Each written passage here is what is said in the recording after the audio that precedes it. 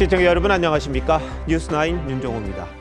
중동 지역에 전운이 고조되고 있습니다. 오늘 아침 이스라엘이 이란의 핵 관련 시설, 그것도 핵심부를 겨냥해 대규모 공습을 단행한 뒤 조금 전 2차 공격까지 했습니다.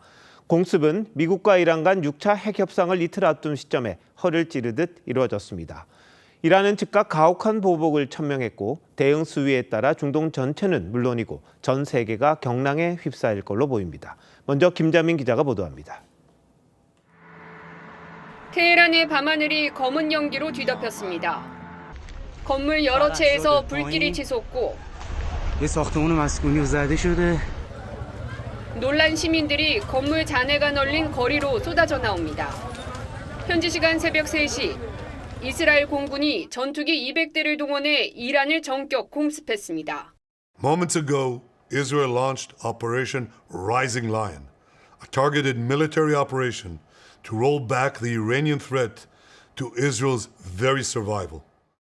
이스라엘군은 이란 핵개발 심장부인 나탄즈의 핵물질 농축시설 등 100곳 이상의 목표물을 타격하며 1단계 공세를 완료했다고 밝혔습니다.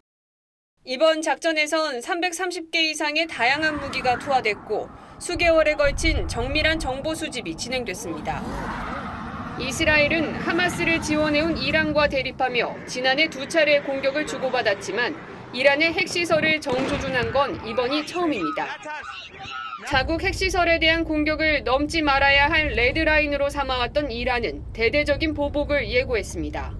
و ذات خبیث خود را با زدن مراکز مسکونی بیش از گذشته آشکار کرد. رژیم باید منتظر مجازاتی سخت باشد. 중동 최대의 무인기 전력을 갖춘 이란은 즉각 드론 100여 대를 발사했고 이스라엘은 나탄즈 핵시설에 대한 추가 공격을 감행한 것으로 전해졌습니다. 향후 이란의 반격 수위에 따라 전면전 가능성이 커지면서 중동 위기가 최고조로 치달을 것으로 보입니다. TV조선 김자민입니다. 이스라엘군은 이란군 지휘부와 핵과학자들을 표적 공격했습니다. 몇 달에 걸쳐 정보를 수집한 결과입니다. 이번 공습으로 이란군의 합참 의장과 혁명수비대 사령관 등 최고 지휘관 다수와 이란의 핵 관련 저명한 과학자 최소 6명이 사망한 걸로 전해졌습니다. 변재영 기자입니다. 지난 2020년 이라크 내 미군 기지 공격을 주도한 호세인 살라미 혁명수비대 총사령관. دست یافته‌ایم که امروز از آن سخنی نمیگویم آن را در عمل رونمایی می‌کنیم. 해외 작전을 총괄하며 미국에 대한 보복을 다짐해 왔는데 밤사이 공습으로 숨졌습니다. 정규군 최고 지휘관인 무함마드 바게리 합참 의장도 목숨을 잃어 군부 투톱이 모두 사라진 겁니다. در مقابل تهدید ما با تمام قوا پاسخ خواهیم داد اما ما جنگ طلب نیستیم. 이란 최고 지도자 하메네이의 핵심 측근이자 정치 고문인 알리 샴카니 전 국가안보위원장 자택에도 공습이 이루어져 중상을 입고 병원으로 옮겨졌지만 결국 숨졌습니다. הרמטכ"ל האיראני בקרי, מפקד משמרות המהפכה סלמי וראש מפקדת החירום רשיד. יחד איתם חוסלו מפקדים נוספים עליהם נדווח בהמשך. 페레이둔 아바시, 모하마드 테헤란치 등 적어도 6명의 핵 과학자들도 이스라엘군의 표적 공격에 의해 사망한 것으로 전해졌습니다. 테헤란 등에선 민간인 피해도 컸는데 10여 명이 숨지고 여성과 어린이를 포함해 50여 명이 다친 것으로 알려졌습니다. TV조선 변재영입니다. 미국의 입장이 묘합니다. 이스라엘의 공습 계획을 알고는 있었지만 이번 공습에 관여하지는 않았다는 겁니다. 이걸 어떻게 봐야 할지, 그리고 이스라엘은 왜 이 시점에서 공격을 한 건지 계속해서 신은석 기자가 설명합니다. 테헤란 공습 몇 시간 전 트럼프 미국 대통령은 이스라엘의 공격 가능성을 시사했습니다. Well, I don't want to say imminent, but it looks like it's something that could very well happen.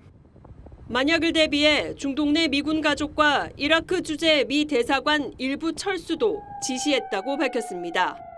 이스라엘의 공격 계획을 사전에 알고 있었다는 건데 트럼프는 폭스뉴스와의 인터뷰에서 이 부분을 인정했습니다. 그러면서 필요하면 이스라엘을 방어할 준비가 돼 있다고 했습니다. 핵 협상이 거의 실패했고 트럼프는 처음부터 이게 안 되면 군사적 수단을 쓴다고 얘기했고요. 내가 한 말을 무시하지 못하도록 공격을 해야 되는데 이스라엘이 그걸 지금 준비가 다 돼 있었고. 다만 미국은 이번 공격에는 관여하지 않았다고 강조했습니다. 이란 타격을 원하는 이스라엘이 미국의 만류를 듣지 않았다는 분석과 이란과의 핵 협상이 교착 상태에 놓인 미국이 사실상 묵인한 거란 해석이 나옵니다.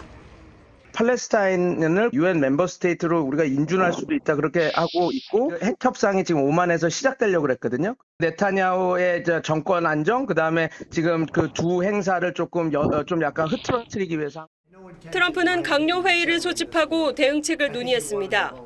당초 오는 15일 미국과 이란은 6차 핵 협상을 갖기로 했었는데 트럼프는 다음 공격은 더 잔혹할 것이라며 아무것도 남지 않기 전에 합의하라고 이란을 압박했습니다.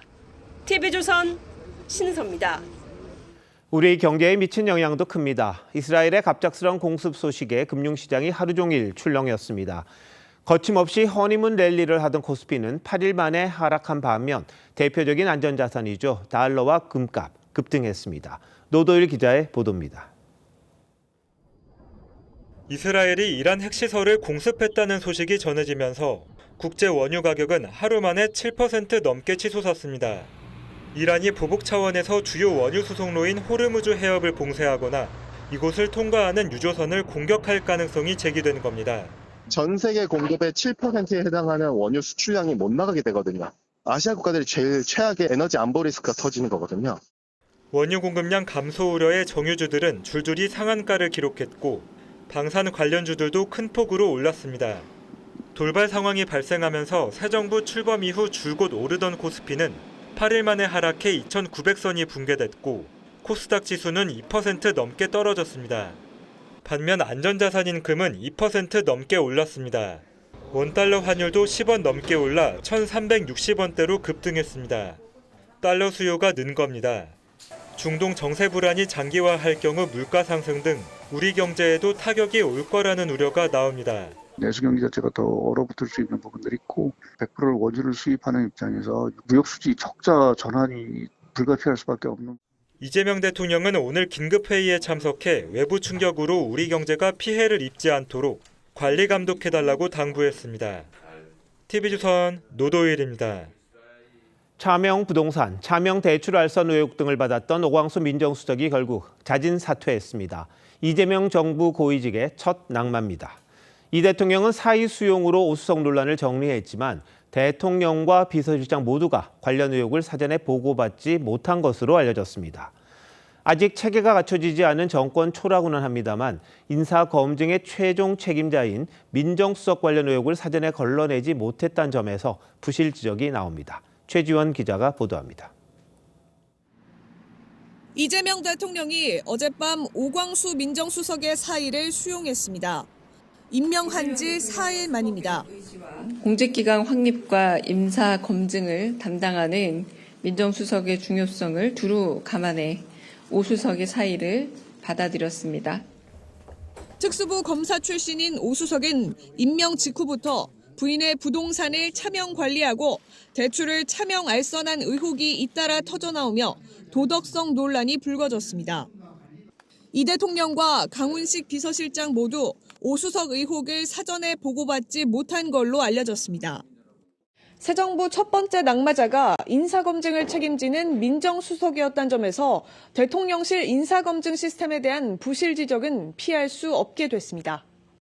여권 관계자는 차명 부동산의 경우 수상한 명의 이전이 보이면 관련 자료를 살펴보는 게 당연한 수순이라며 대통령실 내부에서도 공직기강 라인의 명백한 잘못이라고 보는 분위기가 있다고 말했습니다. 이런 가운데 이 대통령은 국정상황실장에 민변 출신 송기호 변호사를 임명했습니다. 오늘부터 발령했어요? 네. 잘 부탁드립니다. 그게 상당히 노가다 잘하셔야 됩니다. 국정상황실은 국정 운영을 총괄하는 자리인데 송 변호사는 통상 전문가로 알려져 있습니다. TV조선 최지원입니다. 김민석 총리 후보자는 아들의 고교 재학 시절 입법 활동 논란에 대해 대학 진학 원서에는 활용한 적이 없다는 입장을 오늘 직접 밝혔습니다. 하지만 고교생 신분으로 하기 힘든 이력이나 활동은 더 있었습니다. 아들 김 씨는 고3 시절 반년 넘게 홍콩의 한 대학에서 연구 인턴을 하며 교수와 공동 저술도 했다고 자신을 소개했는데 출신 고교 측에선 해외 대학 인턴을 위한 휴학 절차는 없다고 했습니다. 이 역시 김 후보자의 설명이 필요해 보이는데요. 변정현 기자가 단독 취재했습니다. 김민석 총리 후보자 아들 김모 씨가 한 온라인 사이트에 자신을 소개한 글입니다. 2023년 6월부터 7개월간 홍콩대에서 연구 인턴과 공동 저자 경력을 쌓았다고 적었습니다. 김 씨가 표시한 학교는 설립 110년이 넘은 국립대로 아시아 최고 수준 명문으로 꼽힙니다. 김 씨는 인턴 기간 고등학교 재학 중이었습니다. 저는 올해 고등학교 졸업했고요. 9월에 대학에 들어갑니다. 김 씨가 나온 고교 측은 해외 대학에서 인턴 활동을 하더라도 휴학을 허용하진 않는다고 설명했습니다. 해외 대학에서 인턴하겠다 하면 휴학 같은 거 용인해주고 이럴 수는 있나요? 아니요, 그런 건 없어요. 중국 관련 연구자들은 홍콩 대학에서 한국 고교생을 인턴으로 쓴다는 얘긴 들어보지 못했다고 했습니다. 일반적으로 대학 교수님이 인턴을 구할 때는 대학생을 구하죠. 고등학생이 아니고. 김 씨는 세대 간 학습에 적용되는 디지털 기술에 대한 분석 저널의 공동 저자로 이름을 올렸는데 김 씨를 인턴으로 받은 교수는 홍콩대를 거쳐 현재 홍콩 메트로폴리탄 대학에서 근무 중입니다. 고교생 대상 인턴십에 대해 해당 교수와 홍콩대에 문의했지만 답변을 받지 못했습니다. 메트로폴리탄 대학교 측은 그런 프로그램은 없다고 답했습니다. 김 씨가 올렸던 해당 글은 현재 삭제됐는데 김 후보자 측은 관련 내용을 확인 중이라고 했습니다. 한편 김 후보자는 오늘 입장문을 내고 아들의 입법 활동이 대학 진학 원서에 활용된 바 없고 공동 발의자로 참여한 건 필요한 법이라 생각했기 때문이라고 밝혔습니다. 사적 채무는 세금 납부에 썼고 대출을 받아 모두 상환했다고 설명했습니다. TV조선 변정현입니다.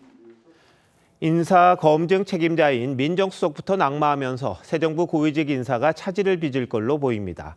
당장 다음 주 초 이재명 대통령이 정상외교 무대에 데뷔하지만 안보실 차장 같은 주요 외교 라인이 여전히 비어 있습니다. 국민의힘은 이 대통령이 검증에 실패했다면서 직접 사과하기를 요구했습니다. 홍윤주 기자입니다. 전체 인사검증을 담당하는 민정수석의 낙마로 도덕성 기준이 강화될 가능성이 높아지면서 대통령실 인사가 더 늦어질 가능성이 있습니다. 국정 철학을 깊이 이해하고 이에 발맞춰 가는 인사로 조속한 시일 내에 차기 민정수석을 임명할 예정입니다. 현재 대통령실 수석급 10자리 가운데 인사가 난 곳은 절반 정도에 불과합니다. 신설된 AI 미래기획수석과 확대 재편된 경청통합수석은 물론 외교안보를 담당하는 국가안보실 1, 2, 3차장, 국가위기관리센터장이 모두 공석입니다. 다음 주 초 이재명 대통령이 주요 7개국 정상회의 참석을 위해 출국하고 미국, 일본 등 추가 양자회담까지 조율 중이란 점을 감안하면 이례적이란 반응이 나옵니다. 일부에선 동맹파 위성락 실장과 자주파 이종석 국정원장 후보자 간 노선 갈등이 영향을 준 것 아니냐는 시각도 있습니다.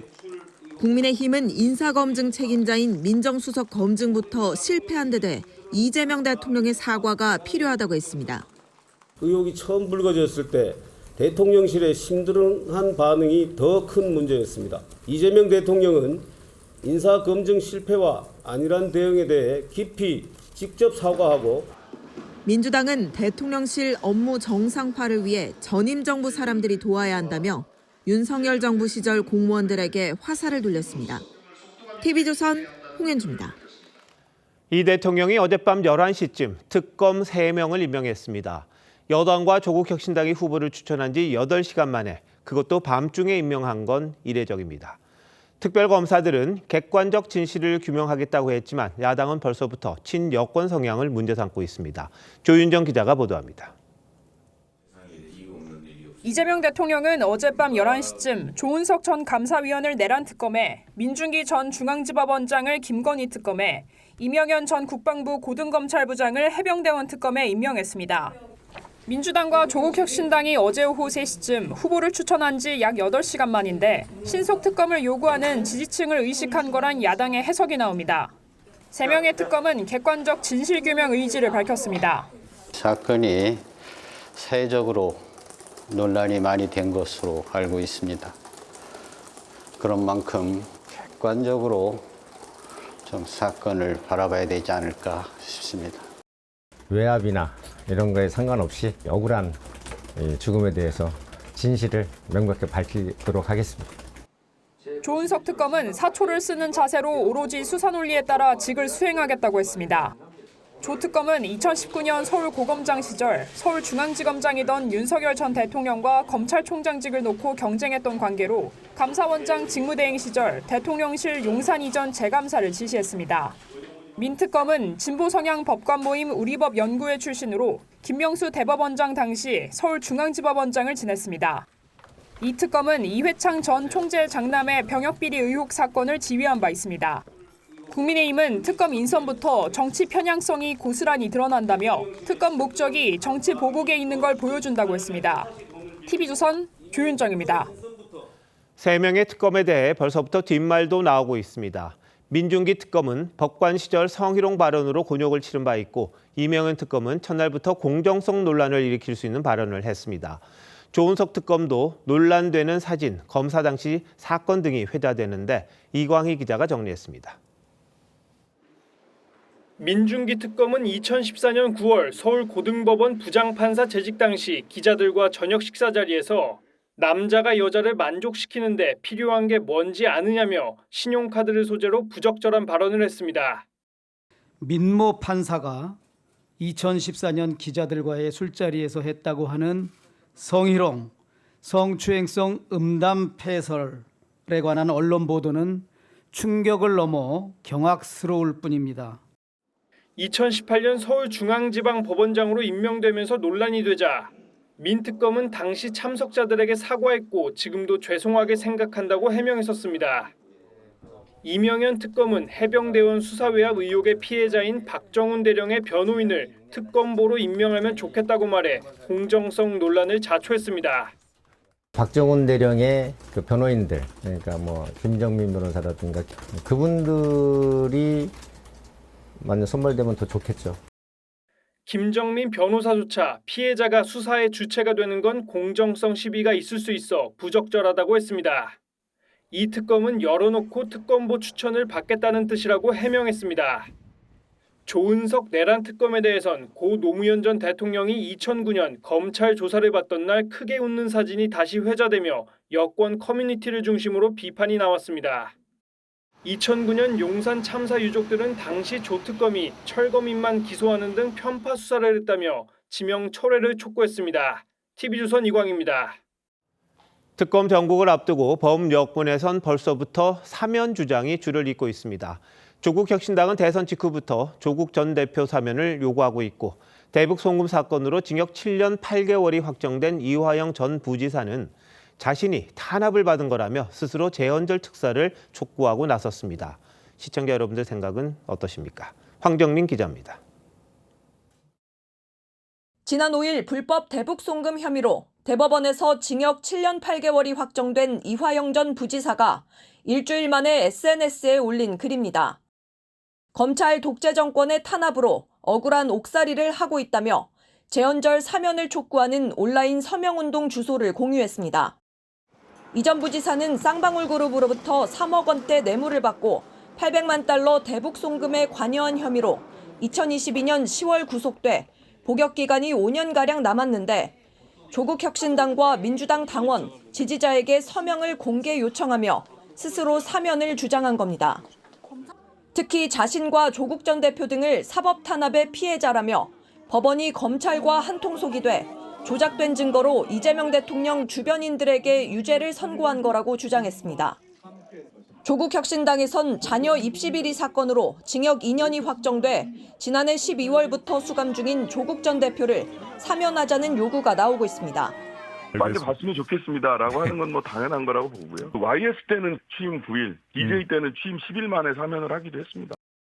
국민의힘은 대법원에서 유죄 확정 판결을 받은 범죄자들이 반성은커녕 큰소리치고 있다며 이재명 정부 들어 사법 경시 풍조가 느는 것 같아 우려스럽다고 비판했습니다. TV조선 황정민입니다. 이틀 전 대북 확성기 방송 중단을 직접 지시했던 이 대통령이 그동안 대남 소음 방송으로 피해를 봤던 지역 주민들을 찾았습니다. 취임 이후 처음으로 최전방 군부대도 찾아 격려했는데 참석 여부가 불투명했던 나토 정상회의도 갈 가능성이 커졌습니다. 김충영 기자입니다. 북한의 대남 소음 방송으로 고통받았던 주민들이 이재명 대통령에게 감사를 표합니다. 불과 며칠 만에 우리 그 대통령께서 그거를 주민들의 그 소원을 풀어주셨어요. 이거는 사람의 그 기본적인 그 생활이거든요. 대북전단 살포도 막아달라고 요청하자 이 대통령은 처벌 가능성을 언급했습니다. 허가받지 않은 장소에서 그 고압가스 취급하는 건 처벌 조항이 있는데 그게 아마 현행범 체포 요건에 해당이 될 거예요. 앞서 이 대통령은 연천의 전방부대를 찾아 북한의 대남 방송 상황을 묻기도 했습니다. 그저께부터 안 한다는 거죠, 지금? 예, 그렇습니다. 계엄을 염두에 둔 듯 자긍심에 손상이 있을 수 있지만 국민은 장병들의 충성심을 믿고 있다고 말했습니다. 철저한 대비태세, 긴장 완화를 통한 평화 구축을 강조하기도 했습니다. 싸울 필요가 없는 상태를 만들고 평화를 만드는 것이 가장 확실한 방법입니다. 이런 가운데 이 대통령은 G7 정상회의 참석에 이어 이달 말 네덜란드에서 열리는 나토 정상회의에도 참석하는 방안을 유력하게 검토 중인 걸로 알려졌습니다. 미국 등 자유진영 국가들로부터 불필요한 의구심을 살 필요가 없다는 판단이 작용한 거란 분석이 나옵니다. TV조선 김충영입니다. 김정은 위원장 눈앞에서 좌초됐던 북한 구축함이 22일 만에 다시 물에 떴습니다. 김정은의 경로가 있었기 때문인 듯한데 거창한 진수식도 가졌습니다. 정상 작동 여부는 좀 더 지켜봐야 한다는데요. 이 행사에 등장한 김정은의 딸 모습이 눈길을 끌기도 했습니다. 차정승 기자의 보도입니다. 북한 낮은 항의 신형 구축함이 모습을 드러냅니다. 진수를 기념하는 밧줄이 잘리고 김정은은 만족한 듯 함정에 오릅니다. 북한은 어제 신형 5,000톤급 구축함 진수식을 연 사실을 공개했습니다. 새 구축함 명칭은 강건호라고 밝혔습니다. 함을 안전하게 세우고 물에 띄었으며 완전한 복구를 결속지었습니다. 강건호는 지난달 21일 청진항 진수 도중 오른쪽으로 넘어져 절반 이상 바다에 잠겼습니다.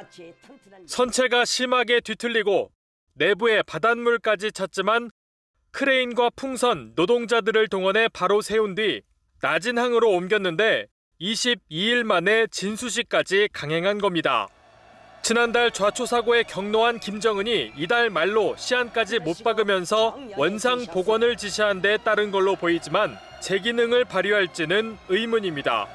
군 관계자는 정상 작동 여부는 함정의 모든 기능이 맞물리는지 확인돼야 한다며 바닷물로 인한 내부 장비 손상이 치명적일 수 있다고 했습니다. 실제 진수된 강건호 외부엔 여전히 울퉁불퉁한 파손 흔적이 보이고 이전 구축함에는 탑재돼 있던 대함정 미사일도 보이지 않습니다. 초반에 부주의와 무책임성으로 인물적인 잘못으로 이거를 정리를 하고 전체적인 추진 계획은 일단 밀어붙이겠다라는 의도가 강해 보이고요. 진수식 현장엔 키가 부쩍 큰 모습의 딸 주애도 보였는데 구축함이 다음 세대를 위한 전략무기란 측면을 부각한 거라는 해석이 나옵니다. TV조선 차정승입니다. 서울 서대문구의 한 아파트에서 이삿짐 사다리차가 열차 선로 쪽으로 넘어졌습니다. 전기 공급선을 덮치면서 열차 운행이 5시간 동안 중단됐고 출근 시간대의 승객들은 철길을 걸어 대피해야 했습니다. 이나라 기자가 현장 취재했습니다. 사다리차가 갑자기 균형을 잃고 쓰러집니다. 오늘 오전 8시 20분쯤 서울 연희동의 한 아파트에서 작업 중이던 40m 높이의 이삿짐 사다리차가 넘어지면서 맞은편 주택까지 덮쳤습니다. 그냥 넘어가더라고요. 그래서 야, 저거 사고 났다, 큰일 났다 해가지고 그냥 119 신고를 2번 했어요. 다친 사람은 없었지만 바로 옆 경의중앙선 전기 공급선을 건드렸습니다. KTX와 전철 등 행신역과 서울역 사이 양방향 열차 운행이 중단됐습니다. 당황한 승객들은 철길을 걸어 대피해야 했습니다. 전철로 한정거장 오고 버스 타면은 세정거장 이렇게 오면 갈아타고 그래야 되니까 불편하죠. 소방당국은 크레인으로 사다리차 윗부분을 절단하며 철로 복구에 나섰습니다. 열차 운행은 사고 5시간 만인 오후 1시 30분쯤 재개됐습니다. 사다리차 운전자는 음주 측정 결과 면허 정지 수치가 나왔지만 사고와 관련이 없다며 낡은 장비와 좁은 도로가 사고 원인이라고 주장했습니다. 8시에 먹고 10시간, 9시간 잤으니까요. 그 정도 상태에서면 운전을 하지 말아야죠. 그 정도 안 됐으니까 제가 끌고 온 거고. 경찰은 운전자를 조사한 뒤 입건 여부를 정할 방침입니다. TV조선 이나라입니다. 서울 강남구 음마아파트에서 하수관 공사를 하던 작업자 2명이 매몰되는 사고가 발생했습니다. 작업자 1명은 끝내 숨졌습니다. 정부는 중대재해처벌법 위반 여부를 조사하고 있습니다. 이나영 기자가 보도합니다. 가슴 높이쯤 되는 도랑에 들어간 소방대원들이 삽으로 연신 흙을 퍼냅니다. 흙더미엔 한 남성이 하반신이 파묻힌 채 구조를 기다리고 있습니다. 오늘 낮 1시쯤 서울 대치동 음마아파트에서 하수관 공사를 하던 작업자 2명이 매몰됐습니다. 바닥을 파고 막힌 하수관을 살피러 내려갔다가 흙벽이 무너지면서 작업자들을 덮친 것으로 보입니다. 사고 현장엔 이렇게 구덩이에서 파는 흙더미가 그대로 남아 있습니다. 먼저 구조된 50대 남성은 경상에 그쳤지만 60대 작업자는 구조 1시간여 만에 끝내 숨을 거뒀습니다. 의식이 없는 상태인데 무릎까지 이렇게 담은 흙을 파면 밀리고 씌우고 흔적도 걸렸어. 벌써 색이 허여 얘가. 숨진 작업자는 10년 동안 단지 곳곳을 누비며 일을 봐줬던 관리사무소 직원이었습니다. 단독에도 많은 것 전화만 하면 오셔서 일 보시던 아저씨예요. 수도 고장이 났다, 막혔다 이러면 와서 뚫어주시고 친절하게 하셨던 분이에요. 경찰은 관리사무소장 등 공사 관리자 3명에 대해 안전수칙 준수 여부 등을 조사하고 있습니다. 고용노동부도 중대재해처벌법 적용 여부를 조사하고 있습니다. TV조선 이나영입니다. 풀무원이 유통한 급식빵을 먹고 식중독에 걸린 사례가 잇따르고 있습니다. 증상을 보이는 사람들은 전국적으로 200명을 넘어섰고 보건당국은 조사에 들어갔습니다. 박재훈 기자입니다. 한 식품 제조업체가 만들고 풀무원 계열사인 푸드머스가 유통한 딸기 크림 롤 케이크와 초코 바나나 빵입니다. 전국의 집단급식소 260곳에 2만 7천 개가 납품됐습니다. 지난달 15일과 16일 이 빵을 먹고 구토와 설사 등 식중독 증세를 보이는 사람들이 잇따라 보건당국이 역학조사를 펼치고 있습니다. 발생 지역은 충북 청주와 진천에서 세종시와 전북 부안으로 확대됐고 환자도 208명으로 늘었습니다. 이제 제조업체에서 만든 개별 포장 제품이고 살모넬라는 원래 이제 하나도 나와서는 안 되는 거라서 일단 괜히 오염됐다고 하면은 제조 과정에서 오염된 건 맞거든요. 식중독을 일으키는 살모넬라균은 덜 익힌 달걀 등을 통해 감염되는데 6시간에서 72시간의 잠복기 후 발열이나 두통, 구토 같은 증상이 일주일 정도 나타납니다. 풀무원 측은 문제가 된 빵을 회수해 폐기했습니다. 전국적으로 막 2만 7천 개 중에 몇 천 개라도 산발적으로 나왔으면 뭔가 제품의 문제가 같은데 뭐 제품인지 유통인지 뭐 보관인지 다양한 방법으로 다양하게 이제 교차 오염될 수도 있는 부분이라서 보건당국은 날씨가 더워지면 살모넬라균이 더 기승을 부린다며 음식은 충분히 익혀서 먹고 특히 달걀을 만진 뒤엔 깨끗이 손을 씻으라고 당부했습니다. TV조선 박재훈입니다. 대구의 한 아파트에서 헤어졌던 여성을 살해한 40대 용의자를 경찰이 나흘째 쫓고 있습니다. 용의자가 세종시 인근으로 옮겨갔다는 사실을 파악하고 탐문을 이어가고 있는데 길어지는 수사에 주민 불안도 커지고 있습니다. 김다로 기자입니다. 인적이 드문 세종시의 한 산기슭입니다. 낡은 컨테이너가 놓여 있고 개 한 마리가 그 앞을 지키고 있습니다. 지난 10일 새벽 대구의 한 아파트에서 연인이었던 50대 여성을 살해하고 달아난 40대 용의자가 목격됐던 곳입니다. 인근 주민은 사흘 전 용의자로 보이는 남성이 이곳에 숨어 있다 야산으로 달아났다고 밝혔습니다. 컨테이너가 한 몇 년째 비어있던 데고 그냥 그 창고로 쓰던 데인데 거기에 사람이 있을 일도 없고 거기 훔쳐갈 것도 없는데 뭐 도둑이 들었을 일도 없고. 경찰은 일대 야산을 수색했지만 용의자를 찾지 못했습니다. 범위를 넓혀 인근 저수지까지 잠수부를 동원해 샅샅이 훑었지만 성과는 없었습니다. 경찰은 용의자의 인상착의가 담긴 수배 전단을 만들어 탐문 수사도 벌이고 있습니다. 세종과 청주 일대 주민들은 불안감을 호소합니다. 낮에 그 밤에 문 걸어 잠그고 그냥 큰 불안해요. 밤이 잠이 안 올 정도예요. 세종시는 시민들에게 입산과 외출을 자제하고 인적이 드문 장소는 출입을 유의해주기 바란다고 당부했습니다. 경찰은 수색 범위를 넓히고 공개 수사 전환도 검토하고 있습니다. TV조선 김다로입니다. 무면허 운전을 하던 불법 체류 외국인이 경찰에 적발되자 달아났습니다. 그런데 국내 랭킹 3위까지 올랐던 프로 복서 출신의 경찰관에게 20초 만에 붙잡혔습니다. 김준석 기자입니다. 한 남성이 경찰관 앞에서 우물쭈물하더니 차도 한복판을 빠른 속도로 뛰어 도망갑니다. 순식간에 멀어져 가지만 경찰관도 만만치 않은 속도로 남성을 뒤쫓습니다. 동료 경찰관은 따라가지 못할 정도입니다. 도망가던 남성은 결국 20초 만에 경찰관에 붙잡힙니다. 도망갈 이유가 뭐예요? 도망간다고 해서 안 잡히나? 붙잡힌 남성은 20대 우즈베키스탄 국적으로 교차로에서 우회전을 하다 횡단보도 앞에서 일시 정지를 하지 않아 처음 적발됐습니다. 단속한 경찰관에게 위조된 신분증을 제시했다 이를 수상히 여기자 갑자기 달아난 건데 운전면허도 없는 불법 체류자였습니다. 날쌘 줄행랑이 성공할 줄 알았던 남성은 하필 프로 복서 출신 경찰관에 걸리고 말았습니다. 복싱 생활을 하면서 달리기는 항상 뛰었던 거기 때문에 그래서 도움이 많이 됐던 것 같습니다. 국내 랭킹 3위까지 올랐던 조경사는 지금도 틈틈이 복싱을 하며 체력을 키우고 있습니다. 기본적인 운동을 필수로 하고 이거를 바탕으로 범죄자라든지 이제 시민들을 위해 뛰는 경찰이 되고 싶습니다. 경찰은 20대 남성을 무면허 운전 등의 혐의로 검찰에 송치할 예정입니다. TV조선 김준석입니다. 이재명 대통령이 통상 위기 극복을 논의하기 위해 취임 후 처음으로 재계 총수들과 만났습니다. 이 대통령은 경제를 살리는 데에는 기업이 중요하다며 규제 완화를 약속했습니다. 하지만 공정한 생태계 조성도 필요하다고 뼈 있는 말을 남겼습니다. 장윤정 기자입니다. 이재명 대통령이 SK 최태원 회장 등 주요 재계 인사들과 차례로 악수합니다. 축하드립니다. 네, 감사합니다. 도와주신 덕이죠. 네, 감사합니다.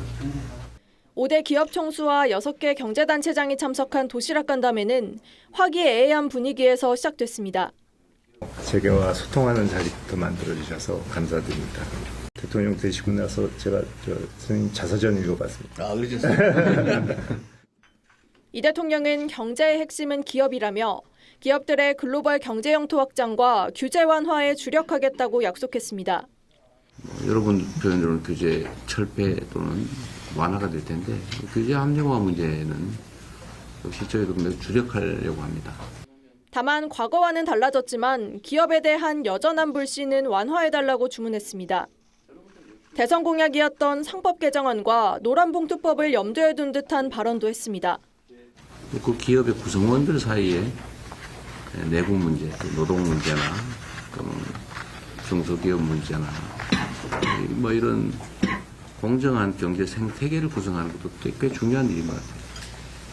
최태원 대한상의 회장은 미국의 관세 압박에 대한 우려를 전달했고 이 대통령은 한미 양국이 만족할 수 있는 합의를 위해 실무 협의를 가속화하겠다고 했습니다. 이후 간담회는 비공개로 진행되는데 참석자 전원이 발언하면서 예정 시간인 1시간을 넘긴 2시간 20분 동안 진행됐습니다. 간담회 한 참석자는 TV조선과의 통화에서 재계가 우려했던 상법 개정안이나 노란봉투법 관련 논의는 없었다고 했습니다. TV조선 장윤정입니다. 민주당이 집권 여당이 된 뒤 첫 원내 사령탑에 국정원 출신의 3선 김병기 의원을 선출했습니다. 대표적인 친명계인 김 의원은 개혁 과제를 완수하겠다는 포부를 재차 강조하면서 1년 내에 내란 세력을 척결하겠다고 했습니다. 협치보단 대야 강경 노선에 무게를 둘 거란 평가가 나옵니다. 신경희 기자의 보도입니다. 의원투표 80%의 권리당원 표심 20%를 처음 반영한 민주당 원내대표 경선에서 3선 김병기 의원이 4선 서영교 의원을 꺾고 선출됐습니다. 이재명 정부 출범 이후 집권 여당의 첫 원내 사령탑이 된 겁니다. 국정원 출신인 김신임 원내대표는 이 대통령의 호위무사로 불릴 정도로 가까운 친명계 인사입니다. 검찰, 사법, 언론 등 산적한 개혁 과제를 신속하고 단호하게 처리해야 합니다. 지금부터 6개월이 개혁의 골든타임입니다. 김 원내대표는 즉시 반헌법 특별조사위를 구성해 진실의 마지막 조각까지 찾아내겠다고 했습니다. 내란에 책임 있는 자들은 두 번 다시 사회에 복귀하지 못하도록 하겠습니다. 당내에선 특유의 안정감과 공적 사명의식을 가진 개혁 적임자라거나 의원들과의 네트워크가 두터워 당선된 것이란 평가가 나왔습니다. 김 원내대표는 당선 뒤 야당과의 협치에 대해선 따로 언급하지 않는 대신 상법 개정안을 신속 처리하겠다고 했습니다. 김 원내대표는 원내 운영수석과 정책수석에 각각 문진석, 허영 의원을, 전임 지도부에 없던 원내 소통수석에는 박상혁 의원을 임명했습니다. TV조선 신경입니다. 민주당 원내 지도부가 새로 선출되면서 2차 추경이 본격화할 것으로 보입니다. 한 사람당 25만 원씩 주는 민생지원금을 전 국민에게 지급할지 아니면 선별적으로 줄지 김주영 기자와 따져보겠습니다. 자, 민주당 원내대표 선출 과정에서도 이 민생지원금이 좀 논란이 됐었죠? 네, 민주당은 그동안 전 국민에게 지역화폐 형태로 민생지원금을 지급하겠다고 해왔는데 최근 취약계층에게 선별 지급하자는 의견도 내부에서 나오고 있습니다. 원내대표 경선 과정에서도 서영교 의원은 전 국민 대상으로 민생지원금을 지급해야 경기 회복 마중물이 생긴다고 강하게 주장했고요. 김병기 원내대표는 보편이냐 선별이냐 설왕설래가 많은데 지금 필요한 것은 실행이라면서 선별 지원 가능성도 언급했습니다. 자, 그럼 정부 입장은 어떻습니까? 네, 민생지원금은 이재명 대통령의 핵심 공약이지만 재정 문제로 정부도 고심하는 분위기입니다. 우리 경제는 생산, 소비, 투자 모두 줄어드는 트리플 감소 상황이라 경기 부양이 절실한 상황이고요. 동시에 올해 4월까지 적자만 46조 원에 달하는 상황이라 재정 건전성도 고민해야 합니다.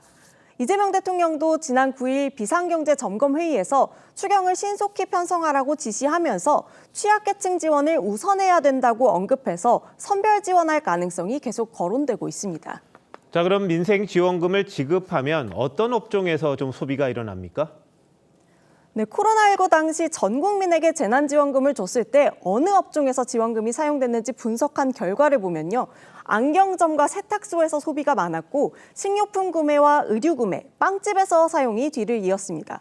다만 당시엔 사회적 거리 두기가 시행될 때라 여행이나 음식점에서 소비가 어려웠었죠. 이번에 지급되면 양상이 다를 수는 있어 보입니다. 자, 근데 민생지원금이 만약에 투입이 된다면 이 경기 부양에 효과가 있느냐 없느냐 여기에 대해서도 좀 말이 많았잖아요. 네, KDI 분석 결과 당시 정부와 지자체가 푼 돈은 11조에서 15조 원 정도로 추정되는데 실제 대상 업종에서 늘어난 매출은 4조 원 정도였습니다. 투입한 돈의 20에서 30% 정도만 시중에 풀렸다는 건데요. 사람들이 지원금을 쓴 만큼 다른 소득은 저축하면서 효과가 반감된 겁니다. 이 때문에 자칫 물가를 자극할 수 있는 전 국민 지원보다는 진짜 도움이 필요한 취약계층에게 두터운 지원을 하는 게 낫다는 지적이 나오고 있습니다. 경기 부양책을 잘못 쓰면 물가 상승만 일으킬 가능성이 있기 때문에 저소득층, 자영업자, 젊은 층들의 견뎌낼 수 있는 형태의 사회 안전망이 필요하다고 봐요. 뭐 재원이 없다 보니까 2차 추경 대부분을 이 지원금에 쓴다 이런 문제 제기도 있더라고요. 네, 민주당은 오늘 2차 추경 규모가 최소 20조 원은 되어야 한다고 했는데요. 당초 주장대로 전 국민에게 25만 원을 주고 취약계층에게 10만 원을 추가로 주게 된다면 민생지원금에만 13조 1천억 원이 쓰일 것으로 예상됩니다. 전문가들은 일회성 지원에 올인하기보다 장기적으로 경제 기초 체력을 올릴 수 있는 투자를 해야 한다고 지적했습니다. 중장기적인 선순환 구조를 가져가기 위한 우리나라 경제의 기초체력 올릴 수 있는 투자들을 정부가 기업과 함께 해 나가야 될 부분이 분명히 있는 것 같습니다. 네, 정부가 재정이 풍부하다면 모두에게 많은 돈을 주면 좋겠지만 그게 부족하다 보니까 어떻게 효율적으로 쓸 수 있느냐가 관건인 것 같군요. 김 기자, 잘 들었습니다.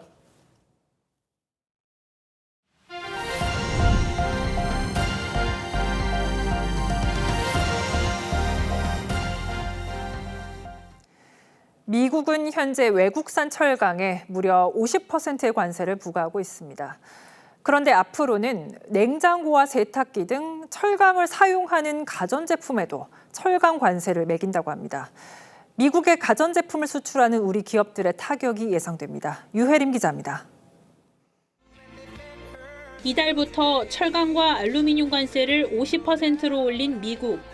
We're going to bring it from 25% to 50% the tariffs on steel into the United States of America. Nobody's going to get around that. 철강으로 만든 파생 상품에도 관세가 적용되는데 오는 23일부터 세탁기, 건조기, 냉장고 같은 가전제품이 추가됩니다. $1,000짜리 세탁기에 철강이 40% 쓰였을 경우 철강 부분에 50% 관세가 적용돼 $200, 판매가의 20% 수준의 관세가 붙게 됩니다. 국내 가전업체들은 미국에 판매되는 대부분의 가전을 멕시코 등에서 생산 중이어서 $38억, 우리 돈 5조 원 이상 피해를 입을 거란 전망도 나옵니다. 관세 인상 폭을 그대로 가전 가격에 전가하면 시장을 뺏길 가능성이 있거든요. 기업들의 수익성이 나빠질 거로 생각이 듭니다. 가전업체들은 미국 현지 생산을 확대하고 미국 내 판매가를 소폭 올리는 방안을 검토 중입니다. 산업부는 긴급 점검회의를 열고 대응 방안 마련에 나섰습니다. 급변하는 글로벌 환경 변화는 한국을 포함한 해외 공장을 운영하는 우리 가전기업들에게 새로운 도전 과제를 안겨주고 있습니다. 트럼프 미국 대통령은 현재 25%인 자동차 관세도 추가로 올릴 수 있다고 예고해 우리 산업 전반에 먹구름이 더욱 짙어지고 있습니다. TV조선 유혜림입니다. 중국의 IT 공룡 텐센트가 국내 대형 게임 업체 넥슨을 인수하는 방안을 검토하고 있습니다. 일각에선 한국 게임을 비롯한 콘텐츠 산업이 중국 자본에 종속될 수 있다는 우려가 나오고 있습니다. 오현주 기자입니다. 중국 텐센트가 $150억, 약 20조 원을 들여 국내 게임업계 1위인 넥슨 인수를 시도하는 것으로 알려졌습니다. 블룸버그 통신은 텐센트가 넥슨 창업자인 고 김정주 회장의 유족들에게 접촉해 지분 매각 의사를 타진했다고 보도했습니다.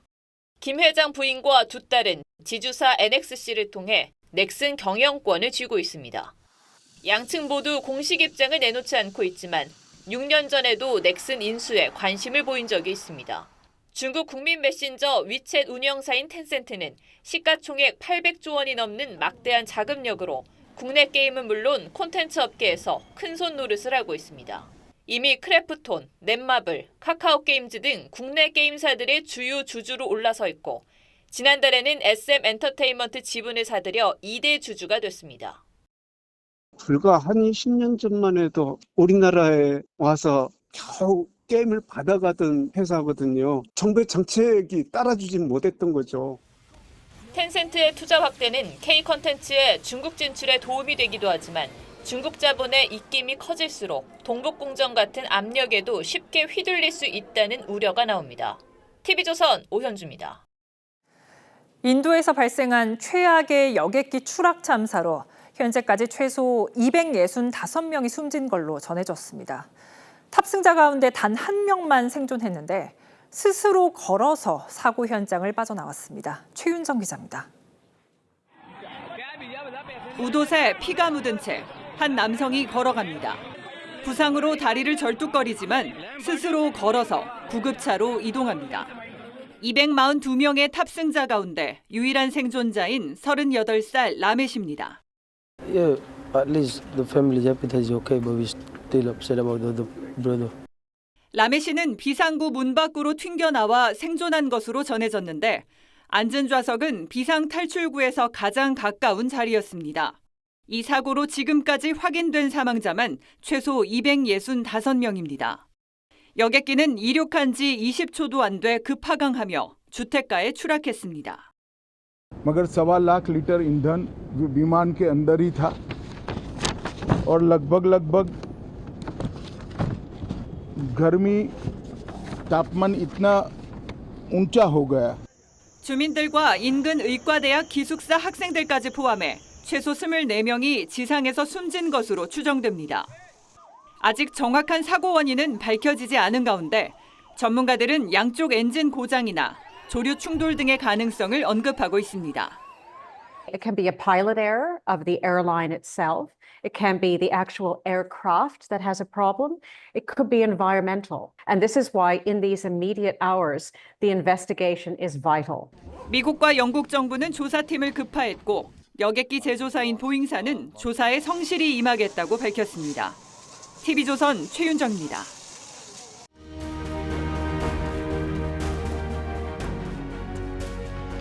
First of all, no more interviews with White House or CIA people without permission. What? Whose permission? The FBI is an independent body. 닉슨 대통령의 측근 패트릭 그레이 FBI 국장은 워터게이트 사건을 덮으려고 했습니다. We put the investigation to bed and get on with the rest of our lives in 2 days. FBI가 독립성을 잃고 행정부의 시녀로 전락할 위험에 처하자 마크 펠트 부국장은 내부 고발자가 되기로 결심합니다. 그의 용기가 없었다면 미국의 민주주의를 지켜온 FBI는 오히려 대통령의 검은 범죄를 숨기는 도구가 됐을 겁니다. 민주당이 검찰청을 해체하고 국가수사위원회를 설치해 모든 수사권을 장악할 수 있는 법안 4건을 동시 발의했습니다. 이제 정치 검사들과 검찰 독재를 끝내라는 국민의 요구를 완수할 때입니다. 이재명 대통령 수사는 아무런 상관이 없습니다. 이른바 검찰 개혁을 명분으로 사실상 없애는 게 목적입니다. 검찰이라는 존재가 이제 더 이상 이 나라에서 없었으면 좋겠습니다. 대한민국 건국 이래 76년을 이어온 검찰청 폐지, 행정조직 개편을 넘어 형사사법체계를 바꾸는 중대한 변혁입니다. 졸속으로 처리할 일은 아니죠. 더 심각한 건 국가의 모든 수사권을 국가수사위원회가 장악할 수도 있다는 점입니다. 대통령의 충복이 되는 게 아니냐는 우려가 있습니다. 수사의 공정성과 정치적 중립성 보장을 위한 모든 제도적 장치를 무력화했습니다. 수사기관의 독립성을 강화하는 것이 아니라 명백히 정권에 종속시키는 악법입니다. 위원장을 포함해 위원 과반이 여권의 영향력 아래 있게끔 설계됐습니다. 흩어져 있는 수사기관들을 총괄하는데 사실상 대통령이 좌지우지할 거란 지적이 나옵니다. 그러다 보니 중국식 공안 정치 아니냐는 말도 있습니다. 검찰개혁 자기들 그 파워 엘리트들이 솔직히 그렇거든요. 난 그런 놈들은 검찰이 확실하게 털어줘야 된다고 생각을 하거든요. 여야를 가리지 않고. 문재인 정부에 대한 검찰개혁 비판이었지만 지금 적용해도 달라질 게 없습니다. 미국 같은 나라에서도 수사기관의 독립성이 사라지면 오히려 대통령의 범죄 수단으로 전락합니다. 그런데 민주당 일각에선 국가수사위원회를 총리실 산하가 아닌 대통령실 산하에 두자는 주장까지 나왔습니다. 가뜩이나 대통령의 권한이 제왕적이란 비판이 일반적인데 이를 뛰어넘어 어디까지 가려는지 지켜볼 일입니다. 6월 13일 윤정호 앵커 칼럼, 제왕은 이제 그만이었습니다.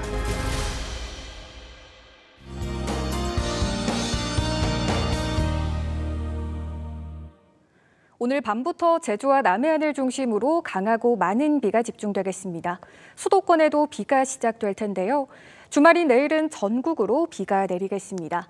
예상 강수량은 제주 산지에 250mm 이상, 경남 남해안에 150mm 이상의 비가 내리겠고요.